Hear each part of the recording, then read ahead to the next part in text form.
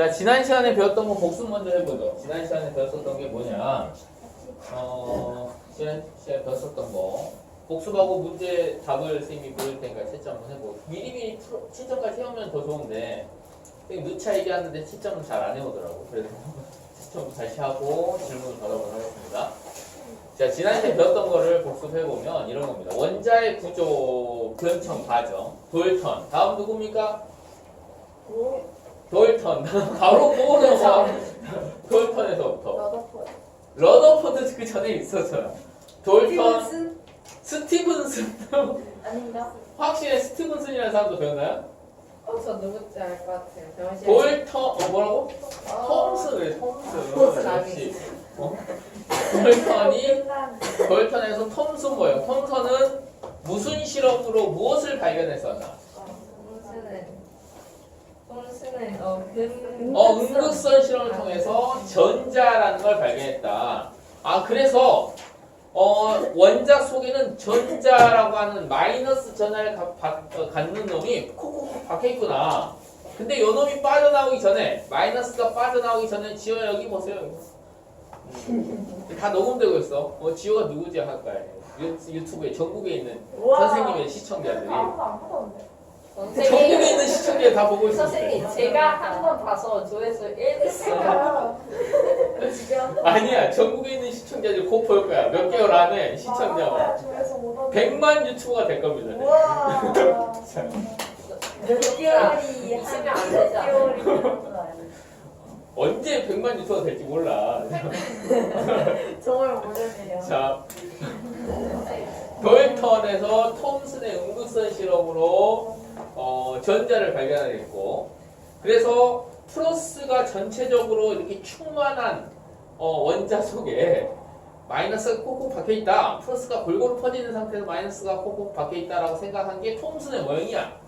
근데 그 톰슨의 제자인 러더퍼드가 이 원자에다가 질량이 큰 플러스 입자에 해당하는 알파 입자를 쏴줬더니 요놈이 플러스가 골고루 분포되어 있다고 한다면 이상하네. 플러스 골고루 펼쳐져 있다고 한다면 그냥 쑥쑥 지나가야 되는데 1000개 중에 1개 정도가 되튀어나왔어. 되튀어나왔다는 얘기는 플러스 전하를 가진 밀도가 아주 높은 놈이 하나 있다라는 얘기거든. 그래서 뭘 발견했습니까?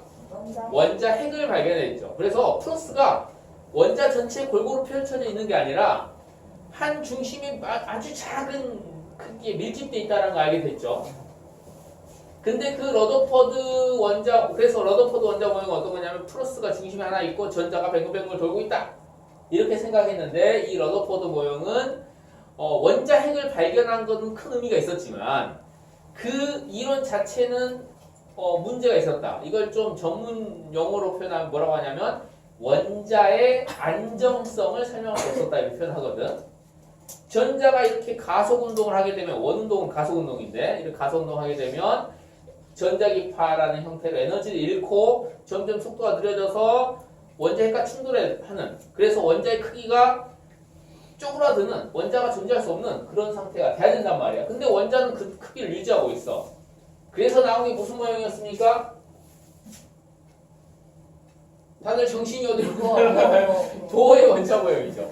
보어의 원자 모형은 궤도 모형이라고 해서 원자핵이 중심에 있으면 그 주위를 전자가 돌고 있는 궤도가 있는데 안정적인 궤도가 있다. 그 상태를 이제 무슨 상태? 정상 상태에 있을 수 있는 궤도가 띄엄띄엄 형태로 있더라. 연속적이 아니라 불연속적인 형태로 있더라. 이 보호의 원자 모형의 근거가 되는 게 바로 선 스펙트럼이었죠. 선 스펙트럼. 이러한 아이디어가 진짜 지난 시간 2시간 동안 배웠던 것이 가장 기본적인 내용입니다. 원자는 중심에 원자가 있고 전자가 돌고 있는 궤도가 있는데 이 전자의 궤도가 불연속적으로 형성이 돼 있다. 전자가 있을 수 있는 에너지 준이라는 표현을 썼었죠. 에너지 준이 가장 바닥 상태 N 원인 상태, 수소 원자를 기준으로 N 원인 상태에서 에너지가 제일 낮고 이렇게 N2인 상태, N3인 상태 이렇게 에너지 준위가 이렇게 차근차근 있는데 가장 낮은 에너지 상태가 어떤 겁니까? 가장 적은 에너지 상태가 N1이죠. 그 값이 얼마입니까? 이 값은 좀 외워놔야 그렇지. 전부 마이너스입니다. 마이너스 13.6 EB. 일렉트론 볼트 이렇게 되죠. 일렉트론 볼트, 일렉트론 전자 볼트, 일렉트론 볼트 해줘야 됩니다. 그냥 EB 하면 일렉트릭 비클, 전기차인지 우리가 헷갈릴 수 있단 말이에요. 그래서 일렉트론 볼트 이렇게 써줘야 되고, 그 다음에 이건 어떻게 되냐? 이 값을 외울 필요는 없어. 어떻게 하면 되냐면 이 단계 에너지 준위 값이 어떻게 표현이 되냐면 마이너스 13.6 곱하기 n 제곱분의 1인데 n이 지금 2잖아. 그러니까 4분의 1이 되는 거야. 이거 몇 분의 1에서 마이너스 13.6 곱하기 9분의 1 이렇게 되겠죠? 이렇게 결정이 된다라는 거야. 에너지 준위가 이렇게 쭉 있고 무한대까지 가면 값이 얼마 되겠습니까? 무한대까지 가면 0이 되겠죠? 이게 분모값이 무한대로 커지는 거니까. 그래서 0 일렉트론 볼트까지 쭉 무수히 많은 값들이 있다라는 거고, 그 불연속적인 에너지 준위에서 예를 들어서 이렇게 전자가 전이하고 이렇게 전자가 전이하고 뭐 이런 식으로 전자가 전이할 수 있단 말이에요. 그러면서 빛 에너지가 방출되더라. 자, 질문 하나 들어가 볼까요? 이렇게 전자가 전이하면서 방출되는 에너지를 EA라고 해볼까요? 이렇게 전자 전이하면서 방출되는 빛 에너지를 EB라고 해보겠습니다. 이게 빛으로 관찰이 된단 말이야. 이거는 어떤 빛이고 이건 어떤 빛일까? 네. 자외선, 적외선, 가시광선, X선 뭐 A가 그 자외선. 그렇죠. 이건 자외선이죠. EB는 가시광선이죠. 가시광선이랑 자외선 섞여 있어. 어? 거의 가시광선이라고 보면 됩니다. 이거는 거의 가시광선이다. 자, 이렇게 되는데 뭔 얘기를 하려고 했더라. 두 개 중에 이 두 개 중에 어떤 게 파장이 더 길까? 이 B가 파장이 더 깁니다. 그죠? 파장이 길다는 얘기는 진동수가 적다는 얘기고, 진동수가 적다는 얘기는 에너지가 적다는 얘기거든.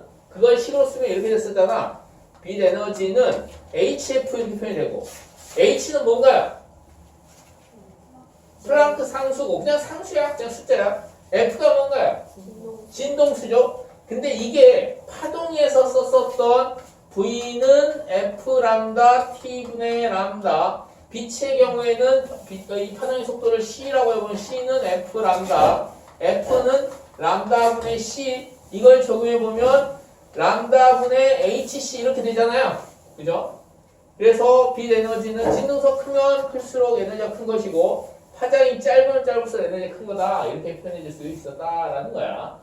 이 식들을 이용해서 이제 문제를 풀어보려고 하는데, 자, 지난 시간에 했었던 것 중에 좀 난이도가 있는 문제. 빨리 들어! 전국 유튜브 시청자들이 지금 지화가 지금 증언하는 걸 보고 있습니다. 13명이요. 전국 100만 유튜브 시청자들이 보고 있어. 지금 스트리밍 중이고 조회수가 되게 댓글이 올라가고 있어. 실시간 스트림. 그렇습니다. 트위치예요 이게. 되게 높더라고 조회수가. 과연 보는 조회수가 0회 또는 1회 또는 스트리밍 중은 아닙니다. 그냥 녹화 중이야. 자, 그래서 문제 하나를 내볼게. 지난주에 했었던 내용 중에 문제 하나. 편집을 자극적이게 해봐요. 편집을 편집을 자극적으로. 네. 그러면 노 딱 붙습니다. 자,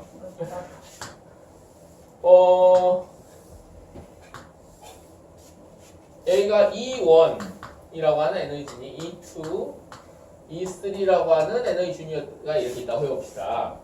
E3에서 E1으로 이렇게 전이하면서 방출하는 빛 에너지의 파장을 람다 1, E2에서 E1까지 이렇게 전이하면서 방출하는 빛 에너지의 파장을 람다 2라고 할 때, E3에서 E1으로 전이할 때 방출되는 빛 에너지의 파장 람다를 람다 1과 람다 2를 이용해서 표현하시오 라고 한다면 어떻게 표현할 수 있을까?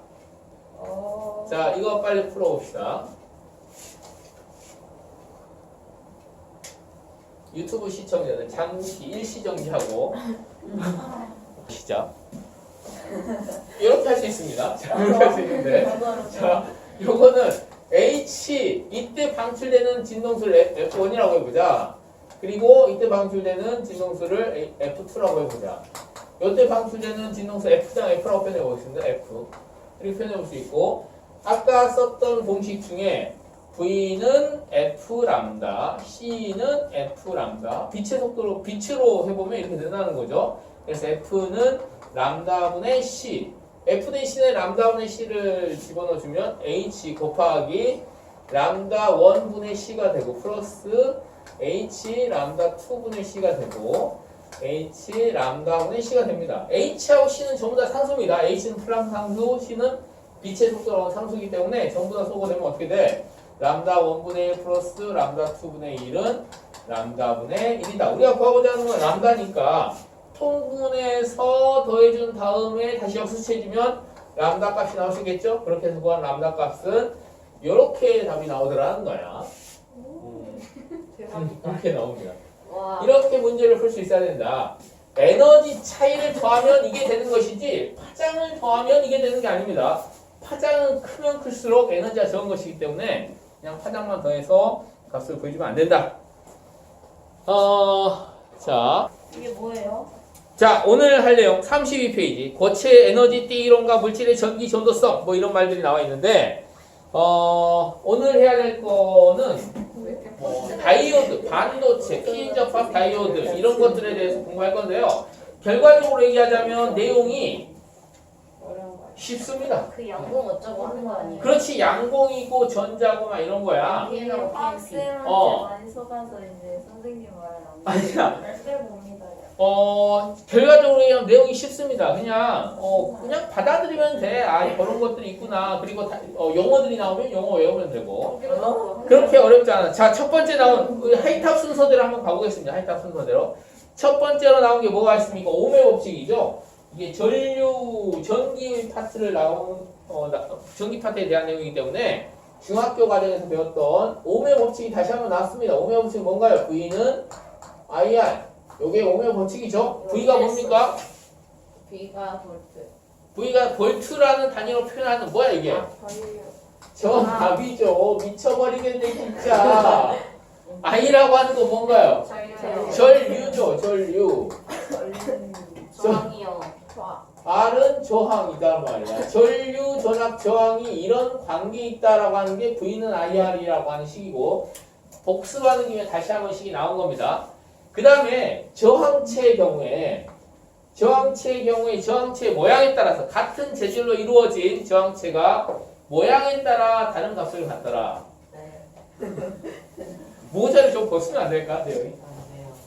재영이 그 잘생긴 머리를 좀 보고 싶은데. 우리가 얼굴을 못 보자 마스크 쓰고 있으니까 전부 다. 그래서 잘생긴 머리 두상을 좀 보고 싶어. 재영이 두상을 보고 싶다, 선생님. 자, 저항체의 모양에 따라서 저항값이 다르더라. 이렇게 길이가 같은데, 물론 같은 재질로 이루어져 있고, 길이도 같고, 단면적이 서로 다르더라는 얘기야. 단면적이 좁고, 단면적이 넓은 상태에서. 둘 중에 어떤 놈이 전류가 더 잘 흐를 수 있을까? 저거요. 그렇죠. 이게 전류가 더 잘 흐르겠죠. 네. 전류가 잘 흐른다는 얘기는 저항이 크다는 얘기야, 작다는 얘기야?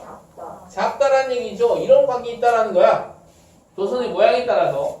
이번에는 같은 단면적을 갖는데 하나는 길이가 짧고 하나는 길이가 길어. 길이에 따라서 이건 길이가 길죠. 길이는 length라고 해서 이렇게 L로 표현합니다. 길이가 짧죠. 이렇게 표현해 봅시다. 소문자로.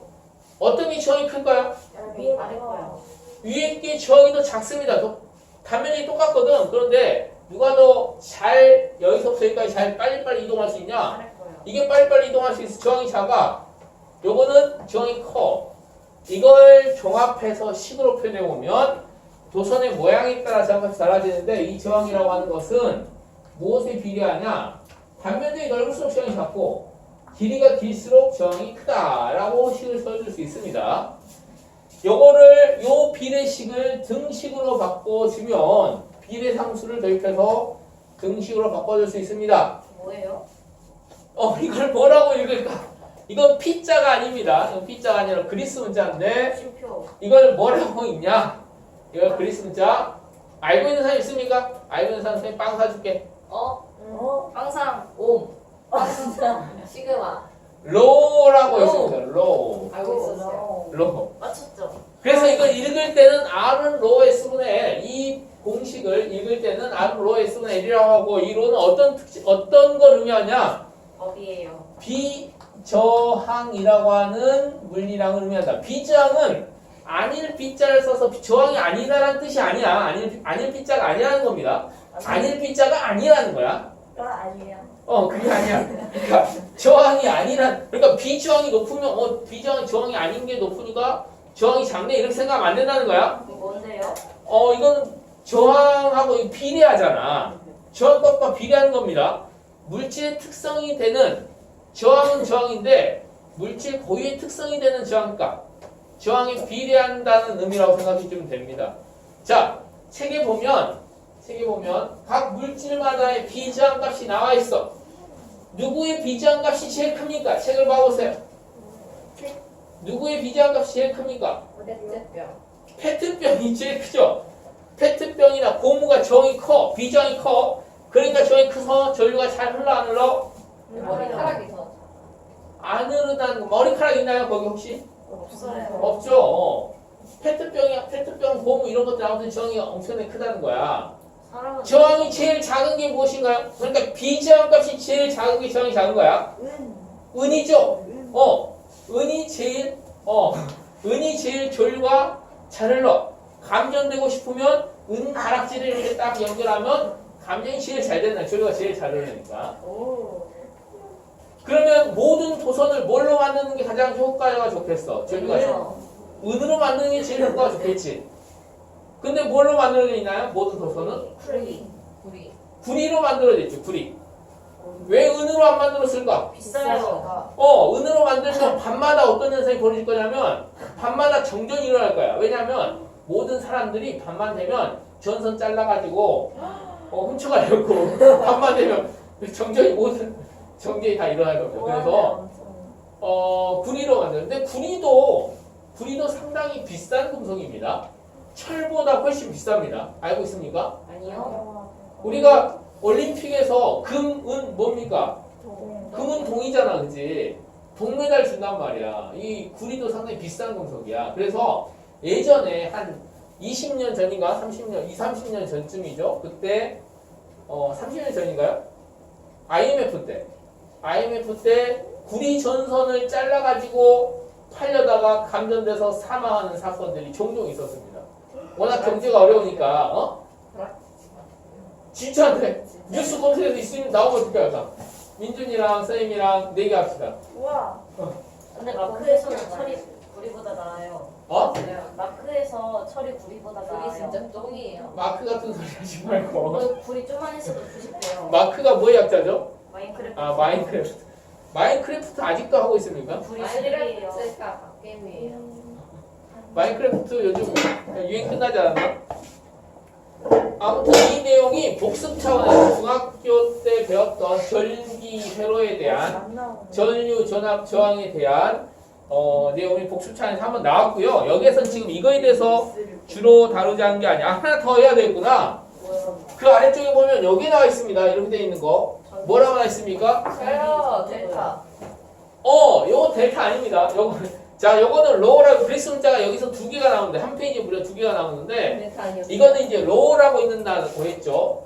요거는 가로로. 요거는 시그마라고 있습니다. 시그마. 예? 시그마는 이거잖아요. 선생님 시그마는 이렇게 생긴 걸 시그마라고 하네요. 요것도 시그마고 요것도 시그마입니다. 요건 대문자 시그마, 요거는 소문자 시그마. 저는 이거 저렇게 안 생겼는데. 델타는 이렇게 생겼죠. 델타는 이렇게 생겼습니다. 이렇게. 그게 그거잖아요. 델타라고 그러잖아요? 델타 맞죠? 아닌데 시그마야 시그마. 델타처럼 보이는데 이거. 아니 민준이 눈이 어떻게 된 거 같은데 이제 봐봐. 요거랑 뭐 책에 나와 있는 게 어떤 게 더 비슷해 보여? 저거요. 그렇지. 이게 더 비슷해 아니, 그 보여. 아래쪽 거예요. 그래? 아래쪽 거가 진짜. 누가 봐도 이건 델타인데. 편해요. 자, 시그마도 하나 알아놓으세요. 시그마. 시그마는 전기 전도도라는 걸 의미한다. 근데 왜 라는 거야? 시그마가 나와요? 이런 그리스 문자를 왜 사용하냐? 그러니까 알파벳 개수가 너무 적으니까 사용하는 거야. 그러니까 어떤 개념을 뭐 전류나 전압이나 이런 것들을 알파벳 하나로 표현하잖아요. 이렇게 쓰다 보니까 뭐 전기, 전도도 또 나오고 뭐 밀도도 나오고 부피도 나오고 여러 가지들이 막 나온단 말이야. 그때 알파벳을 다 써버려가지고 이제 그리스 문자를 도입해서 사용하는 거죠. 근데 이거는 절대적인 게 아닙니다. 예를 들어서 V라고 하면 무조건 전압만을 얘기하는 거냐? 그건 아니죠. 부피를 얘기할 때도 볼륨의 합계를 따서 V로 표현하기도 합니다. 그럼 책에 뭐 V라고 나왔을 때 이게 뭘 의미하는 거냐? 그 전체 문장의 문맥에 따라서 이 기호가 뭘 의미하는지를 해석하면 됩니다. 절대적인 게 아니다. 이 기호가 V가 무조건 전압만 의미한다. 그런 건 아닙니다. 선생님 그래서 문제에서 이 B는 뭘 의미하나요? 그런 문제 절대 안 나옵니다. 자, 그러면 이제 본격적으로 이 단어 넘어가서 그런데 왜 한국 언어 안 써요? 한국인이 이렇게 원자 볼트랑 이 자연과학에서 아직까지 큰 업적이 없습니다. 있어요. 큰 업적이 없기 때문에 한국인이 그 뭐 기호는 안 나왔죠. 자, 33페이지 넘어가 보면 전기 전도성에 따라서 전기 전도도가 크냐 작냐, 즉 비전값이 크냐 작냐에 따라서 도체, 반도체, 부도체 이렇게 세 가지로 나눌 수 있다. 저 한자예요? 어? 한자예요? 도체. 그럼 한자겠죠? 한자 이거 다 한번 찾아보세요. 네이버 검색해 보면 도체가 무슨 한자를 썼는지 몸칠 것 같은데 칠자는. 하나도 아니. 한번 한자어로 해석을 하나씩 모든 개념들을 해석해 보는 것도 좋죠. 자, 도체는 저항값이 큰 거야 작은 거야? 큰 거요. 큰 거, 작은 거요. 작은 거죠. 부도체는 저항값이 겁나 큰 거요. 겁나 큰 거죠. 반도체는 없는 거 아니 반이요. 4개. 중간 정도 되는 걸 얘기합니다. 그래서 전기 전도를 따졌을 때 이렇게 되는 것이고요. 넘어와서. 몸체라니. 몸체 선생님 맞췄네요. 34페이지로 넘어가 보면 이제 물리원에서 주로 이제 다룰 거는 이겁니다. 도체의 경우는 이제 에너지 준위 관점에서 봤을 때 어떻게 되는 것이냐. 도체라고 하는 거는 자유전자가 많은 것을 얘기하는 건데, 자유전자가 많다는 것은 도대체 에너지 준위 관점으로 봤을 때는 어떻게 표현되는 것이냐라는 걸 이제 설명하기 위함인데, 자, 첫 번째 나오는 게 이제 파울리 베타의 원리라는 게 나왔죠. 파울리 베타의 원리, 화학에서 배웠잖아요, 그죠? 싸움 원리가 먼저 아니에요? 어? 싸움 원리가 먼저 나왔는데. 뭐라는 거야? 싸움 원리가 더 먼저 나왔어요. 아, 축조의 원리, 싸움 원리, 그 다음에 파울리 베타의 원리, 그 다음에 콘트의 규칙, 뭐 이런 것도 있잖아요. 이게 화학 내용하고 많이 겹쳐지는데, 여기서 파울리 베타의 원리로 하냐, 뭐 축조의 원리로 하냐, 이걸 얘기하는 게 아니라, 전자를 어떻게 비치하냐, 그게 문제가 아니라, 파울리 베타의 원리가 무엇인지 그 원리에 의해서 고체의 경우에 에너지 준위가 어떻게 되냐, 그것만 생각해 주시면 됩니다. 자, 원자핵이 이렇게 있으면 원자핵에 전자가 있을 수 있는 에너지 준위가 이렇게 불연속적으로 띄엄띄엄 형성돼 있다라고 했잖아요. 그런데 이 원자들이 인접해 있어. 여러 개가 붙어 있습니다. 그러면 이 에너지 준위들이 겹쳐지게 된다는 거야. 그러면 이 에너지 준위가 여기 원자가 하나 더 있으면 에너지 준위가 이렇게 있고 똑같이 중첩이 되냐? 그렇지 않다라는 거지. 파울리 베타의 원리에 의해서 이 에너지 준위가 두 개가 있으면 두 개가 서로 분리돼야 된다는 거야. 세 개가 있으면 세 개로 분리되고 네 개가 있으면 네 개로 분리되고 보통 몇 개의 에너지가 서로 중첩되는지 책에 나와 있는데요. 자, 한번 봐보세요. 35페이지 제일 위쪽에 보면 보통의 물질들은 고체 물질에서 보통의 물질들은 아보가드로 수만큼 많은 원자로 이루어져 있다. 따라서 수 일렉트론 볼트 정도의 폭을 갖는 한 개의 에너지 띠 안에는 약 10의 24승계 정도 규모의 에너지 준위가 촘촘하게 모여 거의 연속적인 띠의 형태를 이룬다. 거기다 밑줄 다 그어보세요. 자, 원자들이 총 몇 개들이 막 중첩되어 있다라는 거야.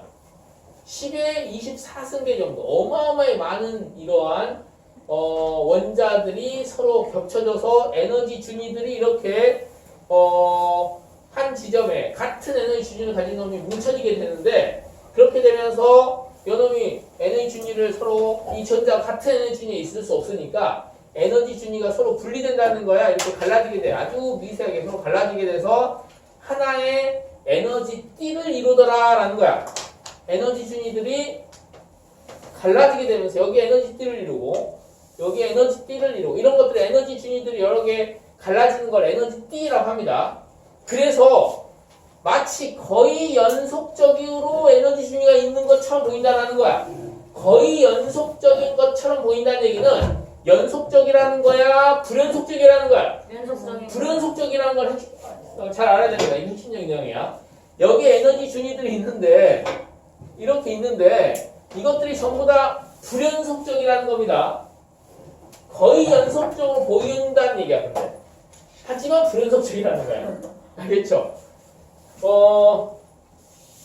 여기 에너지 준위가 이렇게 있고 에너지 띠 여기 에너지 띠가 이렇게 있다는 거야. 이런 것들이 이제 에너지 띠라고 합니다. 이게 에너지 띠 이러한 명칭들을 잘 알고 있어야 되고 이따가 선생님 빈칸 체크 할 때 이 명칭들을 숙달하는 훈련 좀 해봅시다. 이걸 에너지 띠라고 합니다. 에너지 띠 이것도 에너지 띠고 이것도 에너지 띠잖아요. 에너지 띠들이 이렇게 있고 그 사이를 뭐라고 하냐면 띠 간격이라고. 띠 간격. 띠 간격에는 전자가 존재할 수 있어 없어? 있어요. 없죠. 지화는 엄마가 그 김청개구리라고 혹시 부르지 않습니까? 아니요? 이 대답도 아마 청개구리 대답 같은데. 아니요. 이 사이는 띠 간격에는 전자 있을 수 없어. 그런데 이 에너지 띠에는 전자가 있을 수 있습니다. 그래서 이런 것들을 뭐라고 하기도 하냐면 허용된 띠라고 하기도 해요. 허용된 띠. 허용된 띠. 영어들이 참 재미있죠. 에너지 띠, 허용된 띠. 전자가 존재할 수 있다라는 거 이런 에너지 띠 안에는. 근데 이런 데 띠 간격에는 띠 틈, 띠 사이 간격에는 전자 존재할 수 없습니다. 여기 봐. 오늘 배울 내용 중 가장 핵심의 내용이야. 허용된 띠가 어디 있어요? 책에 찾아보면 있을 수도 있고 없을 수도 있는데 있을 수도 있고 없을 수도 있는데 자, 허용된 띠라는 표현을 씁니다. 자, 그 다음에 전자가 아까 그 축조의 원리, 싸움의 원리라고 설명했는데 전자들이 아래쪽부터 낮은 에너지부터 차근차근 쌓여 있을 거 아니야, 그지?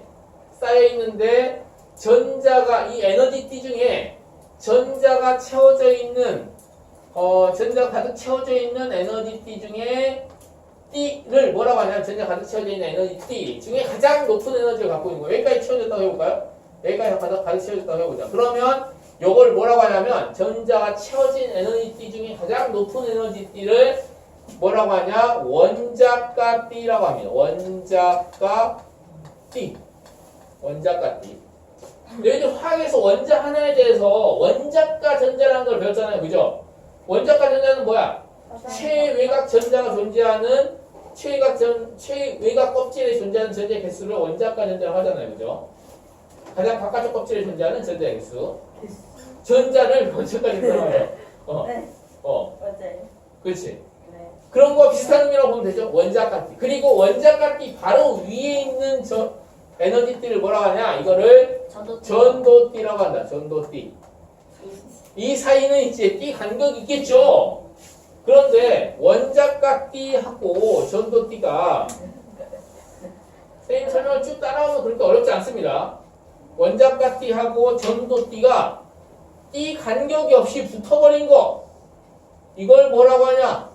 이렇게 생긴 거. 이런 걸 도체라고 해. 도체는 원자가띠와 전도띠가 붙어버린 거야. 띠 간격이 없어. 부도체는 원자가띠하고 전도띠에 띠 간격이 어때? 넓어요. 넓은 거, 큰 거. 이거를 부도체라고 해. 그러면 반도체는 이거에 딱 중간이 될 거 아니야. 그죠? 원자가띠하고 전도띠하고 띠 간격이 좁은 거. 이거를 반도체라고 한다. 그렇습니까? 쉽잖아요, 내용이. 그죠? 어렵지 않지. 와 자, 정말 쉽다. 정말 쉽죠. 자, 원작과 띠하고 전도띠가 있는데 원작과 띠와 전도띠가 붙어버린 거 이거를 도체라고 하고 이게 넓은 거 이걸 부도체라고 하고 반도체는 틈이 있긴 있는데 틈이 좁은 거. 자, 어떤 게 자유전자가 되냐면 원작과 띠 있는 전자들이 전도띠로 이렇게 올라갔을 때 전도띠에 있는 전자들이 자유롭게 움직일 수 있고 그게 자유전자가 됩니다. 근데 여기는 에너지 간격이 없으니까 띠틈이 없으니까 띠 간격이 없으니까 전자들이 쉽게 올라갈 수 있겠죠. 그래서 자유전자가 많이 존재할 수 있는 거야. 여기는 이 띠 간격이 넓기 때문에 전자들이 쉽게 올라가 못 올라가? 못 올라가죠. 그래서 자유전자가 거의 없는 거고 반도체는 띠 간격이 있지만 이 틈이 좁기 때문에 몇 개가 올라갈 수 있어. 그렇죠? 이것보다는 쉽게 못 올라가지만 그래서 전기 전도도가 이 중간 정도 되는 거 이걸 반도체라고 하는 거야. 세 가지로 설명할 수 있어. 전도띠, 원자과 띠, 띠 간격 이걸로 도체, 반도체, 부도체를 설명할 수 있어야 되겠다. 내용이 어렵지 않잖아요. 자, 책을 한번 봐볼까요? 선생님, 그럼 도처의 정의가 전도띠하고 원자까지 붙어 있는 거예요? 그렇죠. 전도띠와 원자과 띠에 띠 간격이 없는 거 이거를 여기 0이에요? 완벽하게 붙어있어요? 완벽하게 제로입니다. 여기에 띠 간격이 없어야 돼. 그래서 표현을 이렇게 하기도 합니다. 선생님이 일부러 이걸 헷갈릴 수 있어서 설명 안 했는데 이렇게 설명할 수 있어. 자, 원자과 띠와 원자과 띠 바로 위에 전도띠가 있어서 띠 간격이 없는 거 이렇게 설명을 할 수도 있고 선생님 방금 설명했던 방식으로 또는 뭐라고 하냐면 원자과 띠 자체가 전도띠인 거 이걸 하나의 에너지 띠로 볼 수 있잖아요. 여기 띠 간격이 없으니까 원자과 띠 자체가 전도띠인 거 이렇게 설명할 수도 있어. 네, 그러면 차이가 나요. 비저항이 왜 차이가 나요?